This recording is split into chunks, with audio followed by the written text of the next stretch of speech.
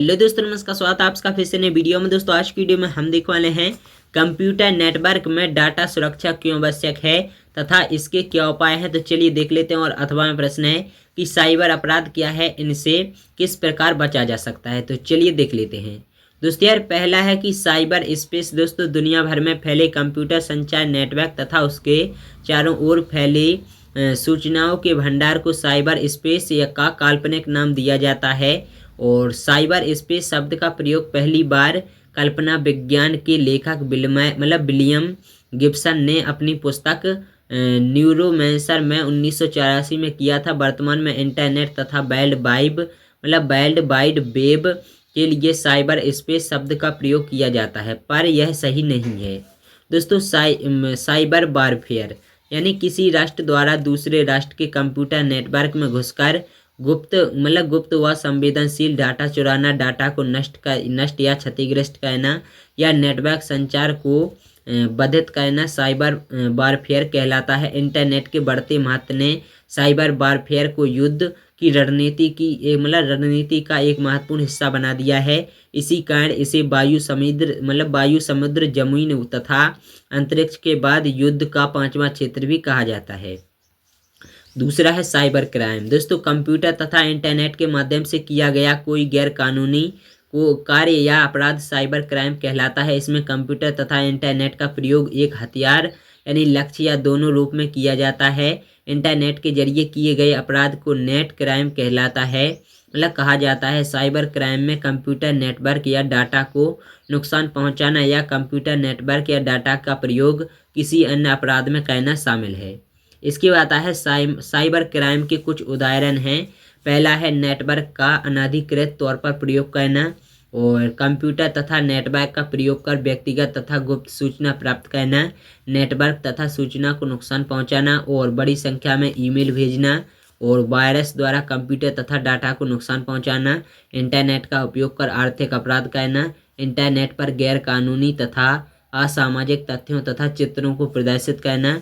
और साइबर अपराध से बचने के उपाय। तो दोस्तों पहला है लॉगिन आईडी तथा पासवर्ड सुरक्षित रखना तथा समय समय पर इसे परिवर्तित करते रहना। दोस्तों एंटीवायरस सॉफ्टवेयर का प्रयोग करना, फायरवॉल का प्रयोग करना।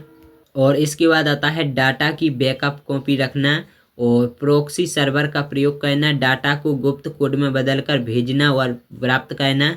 और कंप्यूटर सुरक्षा यानी कंप्यूटर सुरक्षा का तात्पर्य कंप्यूटर में स्टोर किए गए तथा नेटवर्क द्वारा स्थानांतरित किए गए डाटा की सुरक्षा से है।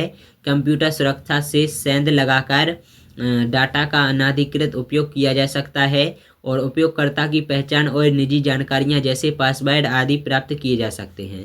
दोस्तों डाटा में अनावश्यक परिवर्तन किया जा सकता है, डाटा को नष्ट किया जा सकता है और किसी सॉफ्टवेयर प्रोग्राम के क्रियान्वयन को रोका जा सकता है।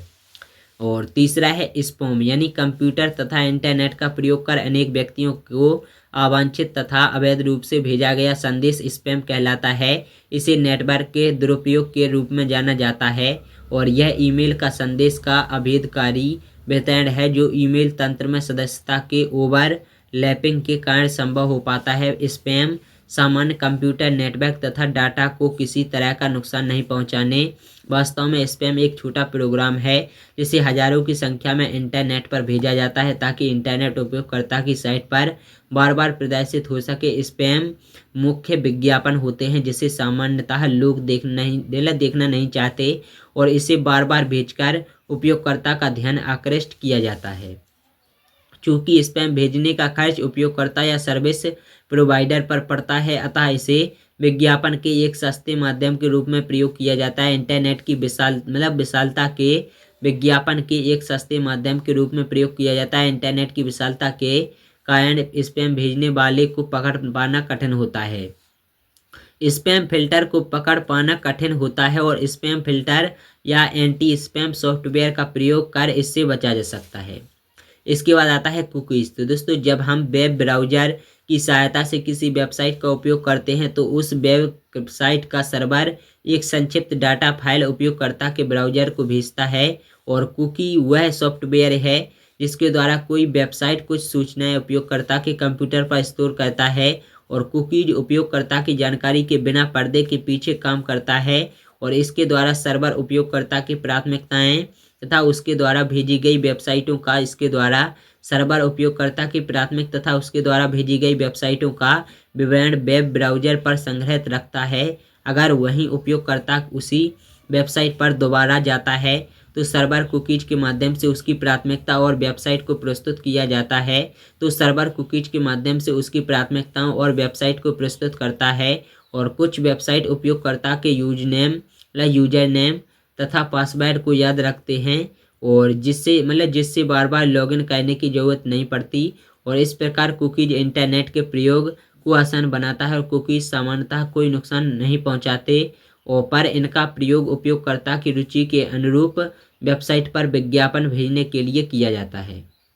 और दोस्तों दूसरी तरफ कुछ कुकीज उपयोगकर्ता के व्यक्तिगत सूचनाओं तथा उसके द्वारा देखी गई वेबसाइटों का विवरण रखकर गोपनीयता को ख़त्म करते हैं और हम वेब ब्राउज़र सॉफ्टवेयर का उपयोग करते समय कुकीज को चालू या बंद कर सकते हैं।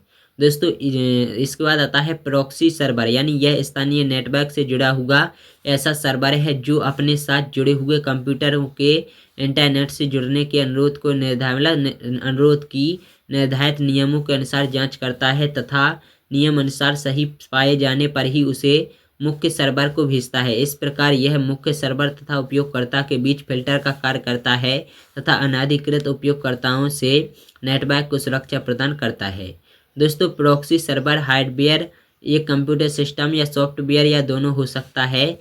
दोस्तों इसके उद्देश्य हैं कि अवांछित वेब पेज या वेबसाइट को प्रतिबंधित करना और मालवेयर तथा वायरस पर नियंत्रण रखना, मुख्य सर्वर की गोपनीयता बनाए रखना, डाटा ट्रांसफर की गति को बढ़ाना और वर्गीकृत डाटा को सुरक्षित रखना। इसके बाद आता है फायरवॉल। तो दोस्तों यह एक डिवाइस है जो किसी कंप्यूटर या नेटवर्क में अनधिकृत व्यक्तियों को प्रवेश से रोकता है और जबकि अधिकृत उपयोगकर्ता को कंप्यूटर नेटवर्क व डाटा उपयोग करने देता है। इस प्रकार फायरवॉल किसी कंप्यूटर डाटा या स्थानीय नेटवर्क को अनधिकृत उपयोगकर्ताओं से सुरक्षा प्रदान करता है और फायरवॉल हार्डवेयर या सॉफ्टवेयर या दोनों रूप में हो सकता है। यह सामान्य नेटवर्क और सुरक्षित नेटवर्क के बीच गेट का काम करता है तथा कंप्यूटर को नेटवर्क के खतरों जैसे वायरस और वॉर्म हैकर आदि से सुरक्षा प्रदान करता है। और फायरवॉल किसी स्थानीय नेटवर्क या लैन को इंटरनेट की सुरक्षा खामियों से बचाता है। दोस्तों फायरवॉल इनकमिंग डाटा का जांच करता है और यूजर नेम तथा पासवर्ड के जरिए अधिकृत उपयोगकर्ता को ही नेटवर्क का प्रयोग करने देता है और इंटरनेट पर लैन की गोपनीयता बनाए रखता है। तो ये था वीडियो। बाकी अगर आप लोगों को वीडियो पसंद आया हो, वीडियो को लाइक करना, शेयर करना, चैनल को सब्सक्राइब जरूर कर लेना और मिलते हैं अगली वीडियो में किसी नए टॉपिक के साथ में। तब तक उसका जय जय वंदे मातरम।